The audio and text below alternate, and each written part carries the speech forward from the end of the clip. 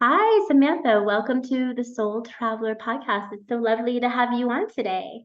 Hi, it's so good to be here. Hey. Yes, thank you so much. I knew that when I heard your music, especially your song about being an empath and Kundalini awakening, I had to have you on the show. Mm. It just resonated with me so much. It just love the music and the work that you're doing. You're such a pioneer in the industry. So thank you first off for leading the industry and just kind of like being a guiding light for people and getting the messages out there. Oh, I'm so grateful for that. Thank you. Really grateful. So I'd like to know about a little bit about what inspired you to start making music and especially music about spiritual awakening and your path. Well, I have been into music since I was really young. My father was a bass player. I did theater. I wrote songs with my dad. So I was very in that environment when I was young. And then as I grew up, I was in more environments where people, especially my dad, were really into their awakening process Mhm. and their healing. And he would bring me along with him to different seminars, and I would get really excited about it as like a 15, 16, 17-year old. And I didn't realize how rare that was in that moment. But I think being around those environments, like self help seminars, as well as my love for music, just conjoined at a certain point. And I just got really excited about finding a way to make music that sounds good and sounds like popular mainstream music, but also talks about topics like spirituality and awakenings and, just the process of healing. I just love that. And so from a young age, you were exposed to, spirituality. Was there something you would say that maybe like prompted an awakening, like for whether, I guess, for your father or either for yourself? Like, did you always like have a sense of knowing, or what was that like for you? I always felt odd. I felt, which I think a lot of us can agree with feeling. I Mhm. felt like I felt like I was playing a part all the time. And it was very confusing to me that I was feeling that way. And whether other people were feeling that way or not, in school, it seemed that people weren't. It seemed that people were fully in their role, um, you know, and I felt like I had to pretend that I was a role. So I actually just realized that talking about it. So I can say that that definitely was like a part of just there was something off. But my dad, he went through his own awakening experience. Actually, when my younger sister was born, she was born in a really not good way. And she was told that she was going to be, in a wheelchair for the rest of her life, which she wasn't. But he was given this really bad news, and he always looks at that as one of the moments of his awakening. Yeah. Um, I think I was like 2 or 3 at that time. So as the years progressed, I think he got really into that and started asking questions like, why am I here? What is the purpose? All that. Um, and yeah, I think that as time went on, a decade and a half later, I was in my teens and he started really going to these seminars in person. And yeah, like me and my dad were just besties. So Oh, that's he so brought cool. me.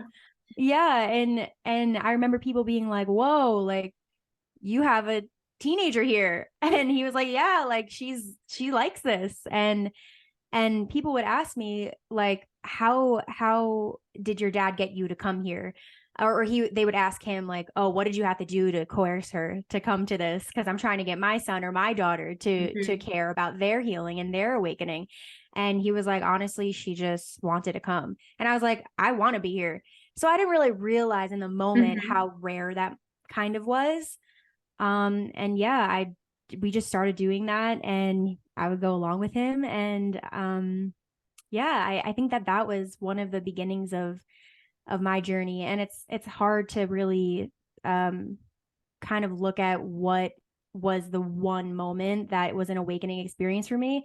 I don't really think I had anything like that. Nothing Yeah. like a near death experience. Um, I think it was a slow progression for me. Yeah. And you know, the reason I ask is because most people, what I find, I do work as a past life regressionist and quantum. Mm, healer. What I find with most people is what prompts the awakening is trauma, because trauma cracks us wide open. So I do yes. sometimes ask that. Sometimes there are people like you, though, who always have that sense of knowing. They come into this world with just like a sense of knowing and not forgetting what their life purpose is.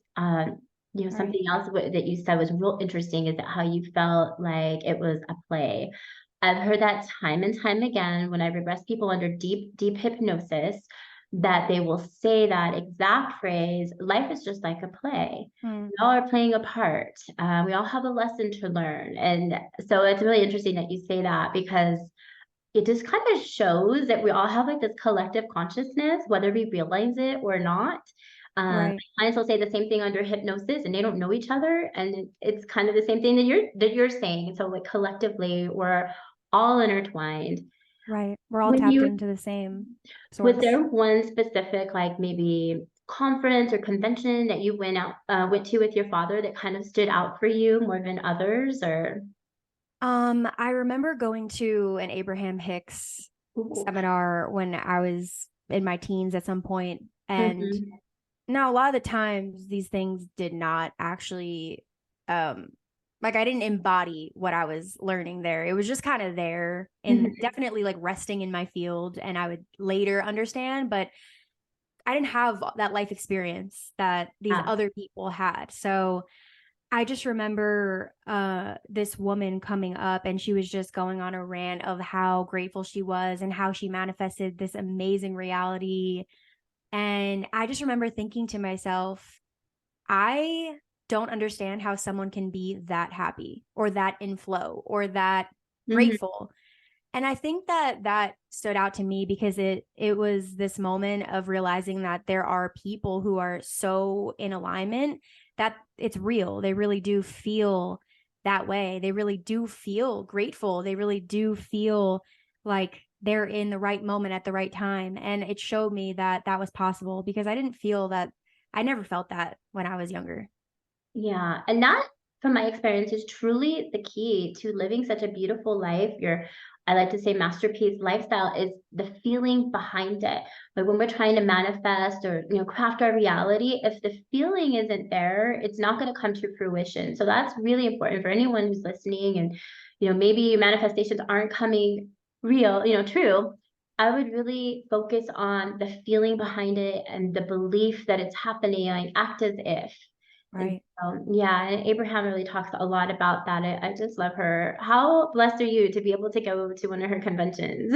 I know. Now looking back on it, I'm like, wow, because I didn't understand in that moment, you know, but now Mhm. I can see it. And I can also see, um, yeah, like my father and I co-created these things without me even realizing consciously, but I understand now looking back that it was really important for me to do all that stuff when I was younger, and for me now to understand really what I was actually like around, even just the people there. And then as a musician, I'm curious, what is your creative process like? And do you like manifest before you start to write, or meditate, I mean, before you start to write, or like, what is that process like for you?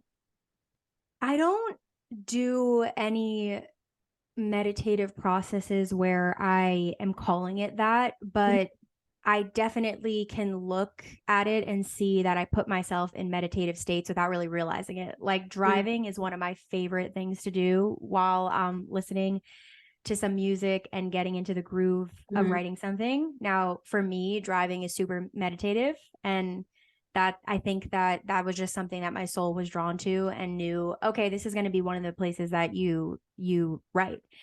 Also going on a walk, going into nature and going on a walk, that also like puts me in the position of really receiving whatever I'm meant to receive. So I don't have a specific ritual really per se, Mhm. but I'm typically in a state of like very of connection and peace in a way.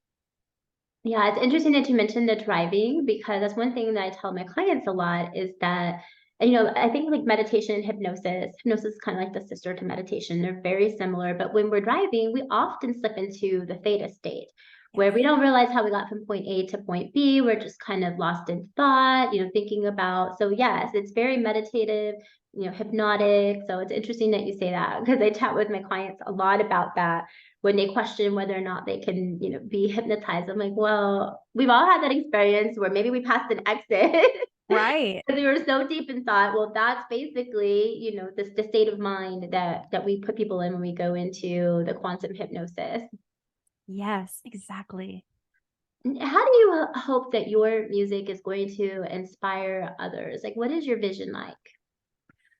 My main desire is for people to tap into whatever it is that Mm, makes them feel authentic, that makes them feel confident. mm, So, whatever that might be for them, that's really my ultimate goal.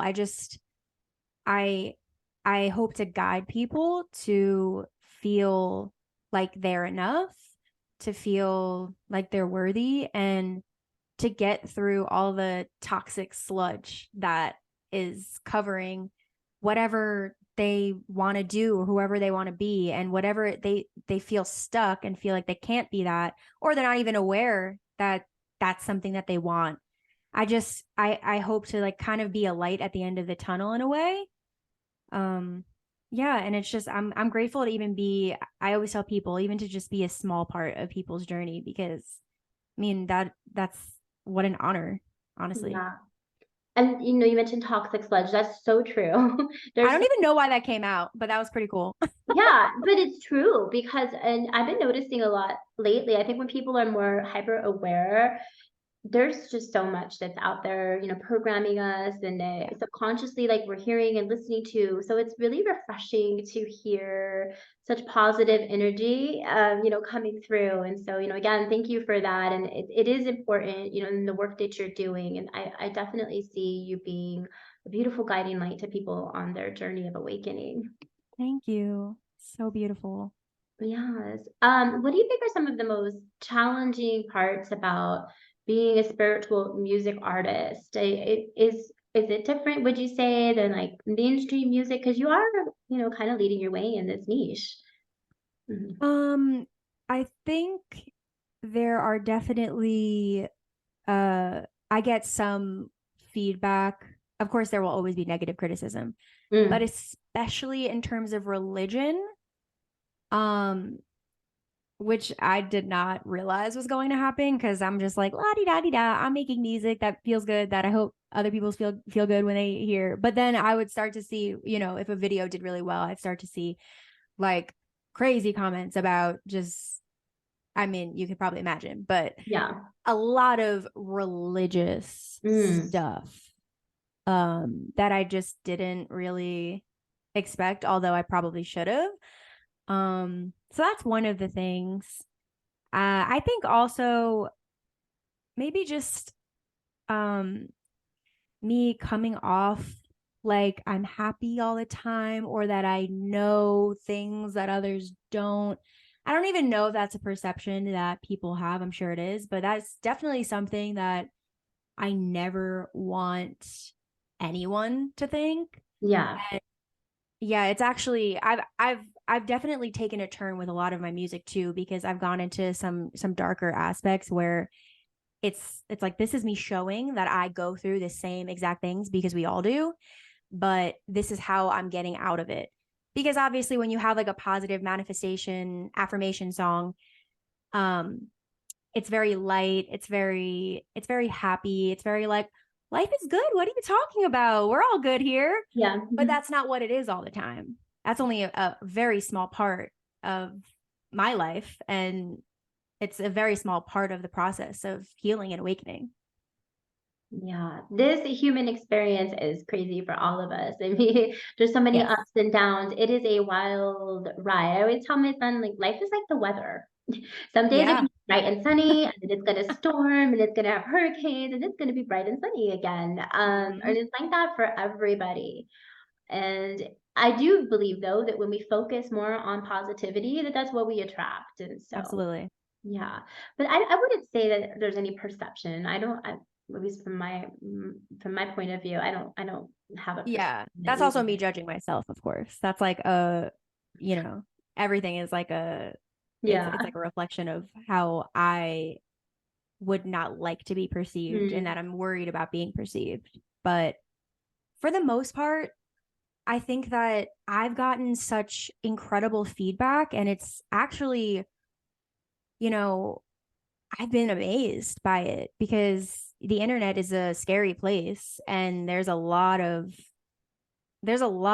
crazy stuff on there. But like you said, the more you are in that positive space, the more you're going to attract that. And I've really been able to see evidence of that by the fact that I'm on the craziest place, the internet, putting hmm out music. I mean, seriously, 98 to 99% of the responses are positive. And like I have the chills thinking about it because I'm like, that's magical to be able to experience that. Yeah. I mean, that really is huge, Samantha.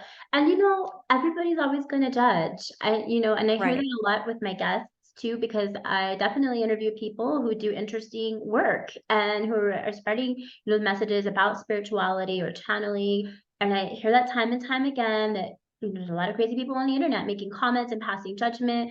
Mm, We're going to be judged by no it matter what. regardless, no matter what. I could be the most perfect human on the planet and Yes. someone is still going to judge me. So I mean, I just don't even give a shit. And it's honestly, Honestly, yeah. it shows you that it's like, oh, I still care what people think. Yeah. And that's what it showed me, honestly, because when I first started seeing videos do well, the Mhm. more videos get in front of more people, of course, is going to be more people that are going to leave something negative. And I was really like messed up psychologically. Like I went through a whole thing and it showed me like the fear of being in my honest truth and not receiving back the validation that I want to. And I remember stuff coming into my mind like, oh, I wish I could just prove to them that I really am like I am trying to help people and I'm a good person. And it was like, whoa, it showed me what was still Yeah. there. Isn't that interesting how life throws us lessons like that? I feel like there's always a lesson in everything. And for Yes. me, so you touched on the real four-letter word, and that's fear. Fear of judgment's been something that I've been struggling with personally as well. And I do my work as a quantum hypnosis, and I don't really even open up to a lot of people in my close circle or my family about what I do. Right. I had a gathering at my house a few weeks ago and I was so nervous because I knew it was going to get grilled. Like, what are you doing? Like, what are you up to? And I didn't want to answer these questions. And Mm-hmm. I remember kind of just like wanting to stay and hide in my bedroom because I didn't want to tell people about my work because I didn't want to be judged. And Yes. that's crazy. Like, you're nuts. Like, that's not true. I take people through past life regressions and then we do between life exploration to find out what their soul does after they die. My Right. It's like, family is what? not awake at all. So Your cousin is like, oh, I'm an accountant. I just It's like, what are I you just was talking like, I'm about? not doing anything right now. I'm taking a break. And he's like, for 2 years? And I'm like, You know what's funny? oh My dad is actually a quantum hypnosis. So that's oh, funny. So I've really? watched his QHHT. Yes. Yeah, he's a practitioner and I've watched his journey too because like with his family just being like what are you doing? And it's funny because he is completely in his authenticity and now I've watched his family go from like what are you talking about to being scared for him to it just being normal. Like, oh yeah, he's the brother that, talks to dead people. Like and now Yeah. it's just normal. And I consider myself a very practical person, even, Right. so I think that when we step into this type of work, that sometimes people think that we've gone crazy or that we've lost it. And, it's so interesting. What a small world that your dad's a practitioner. I just Yeah. love it because it's exploring, like, again, the whole thing of my podcast is about quantum exploration. And when we take our clients under that deep hypnosis, we really are in the quantum, like their mind they don't understand time when they're in that space. And it's so cool to explore. And I'm sure your dad has the same thing where clients will repeatedly say the same thing under Yep. hypnosis. And it's, again, just that conscious connection that we all have collectively. So Yeah, and it's unlimited. It's amazing. And it yeah, the really is. stories I've heard from him, from other practitioners, Yeah. there's no limit. And it's so cool because it just shows you how Mhm. far we can really go. Yeah, and it just shows me that we don't even begin to Oh understand yeah, we don't know anything. reality or like the human mind or what is going on. There's so much that goes on up here. It's, yeah, it's very interesting. So what a Mhm. small world. Yeah. And the stories Right. that come through are, people can't make that up. And especially the emotions associated with it. I have a lot of people asking me how I validate, and I'm like, I think for me, most important is emotions. Because when people are in that state, you can't fake like crying No, or suddenly missing somebody that you've never seen. And so yeah, it's it's very, real. yeah, Whether people want to like see it as real or not, it's real. yeah. I definitely, I think that's so cool that he does that as well. So what are like some of your current overall thoughts about, society and the world right now? There's so much going on. We're Mm. definitely in a unique time of transition. And I think that the souls that came through during this pivotal moment in history, we all have very important work to do. Like, so what do Mm. you think about that? I think it seems like you've discovered your life purpose. I hope. I mean, there might be something else there, but it's Yeah. no, it's definitely this is fully my life purpose. And Mm, I think you said the word pivotal, which I mm, feel like that's exactly what it is. I feel like we are all going through a cleanse as a world and we're seeing the things that maybe were hidden in the subconscious. And that's not pretty. That's not going to be that's not going to be delightful. That's not going to be the easiest of situations because we're seeing all the stuff that we literally stuffed down and all the trauma that we've experienced. So I think that on the one hand, there's a lot of that, of course, as we can see, and literally Mother Earth herself purging, which mhm. we can clearly see. But at the same time, conversations like this are happening, and just this world has changed so much with people being able to talk about spirituality, awakening, ascension, healing in an Yeah. open way. There's so many channelers. There's so many people doing the work that you're doing, and it's it's not really like hidden anymore. I feel like it was a lot of us, it was we had to hide that we believed in certain things. Now we still might have to do that in front of certain people that we feel uncomfortable about. Right. Totally. But you know that out there are people that think the way that you're thinking. And I feel like that's been a huge change. And social media has Mhm. changed so many things where you can see people really having the same beliefs that you do. So I feel like it's crazy duality right now, but I also understand that it's necessary so that we can move forward. And I truly believe we are moving forward in a positive direction and that we're going to see very positive changes.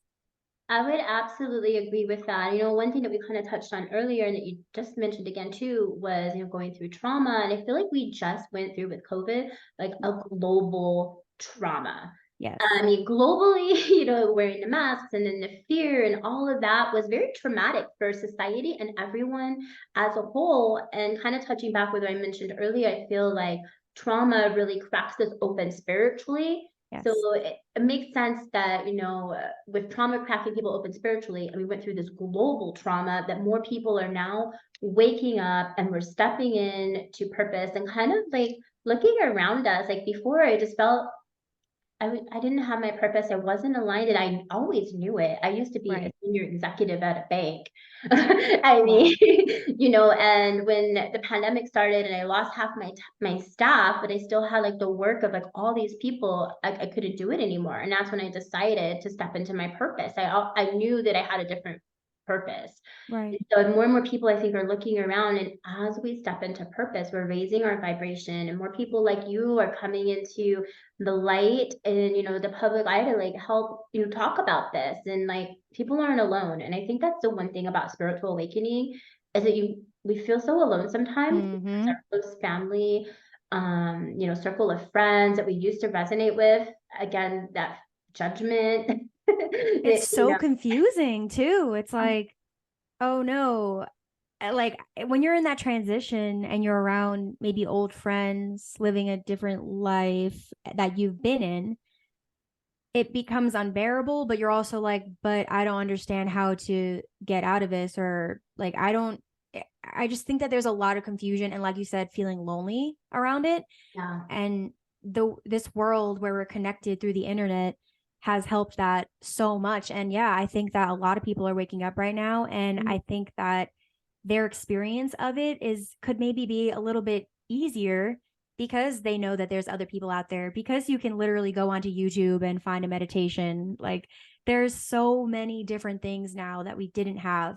And even the fact that people are willing to listen to music like mine, that was fully not happening like even 5 years ago, because I was releasing music like this 5 years ago. Not exactly like this, but Mhm. in a way, yes, talking about ascension. And I just knew it wasn't the right time. And I knew that one day it would be. And I think we can see a lot of artists, creatives, eh, even people that aren't artists coming out and sharing their truth and sharing their spiritual journey in different ways.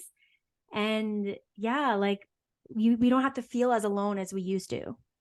Yeah, that's true. And I even have those relationships where I don't know if I should cut them off. There's a couple of them, I Oh feel yeah. like I'm Whew. walking on eggshells sometimes when I meet up with some of my old friends. I'm like, okay, can't say this, I can't say that, and then I'm just like, why am I doing this?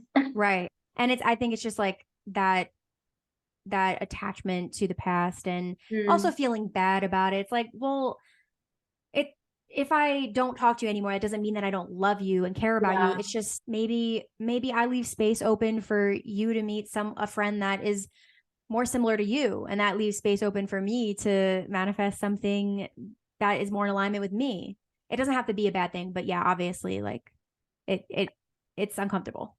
it's a good point. I mean, there's a little bit of maybe, like I might feel like I'm mean if I cut the relationship off or something. And it's not like they did anything wrong. I just don't really resonate anymore. I Not get it. part of the journey though. It really is. It's kind of shedding, some things that aren't in alignment with us. And I know a lot of people out there who have gone through that or are going through that. So anyone listening, you're not alone. You are not alone. Samantha, what are you working on right now? What projects or upcoming events do you have going on?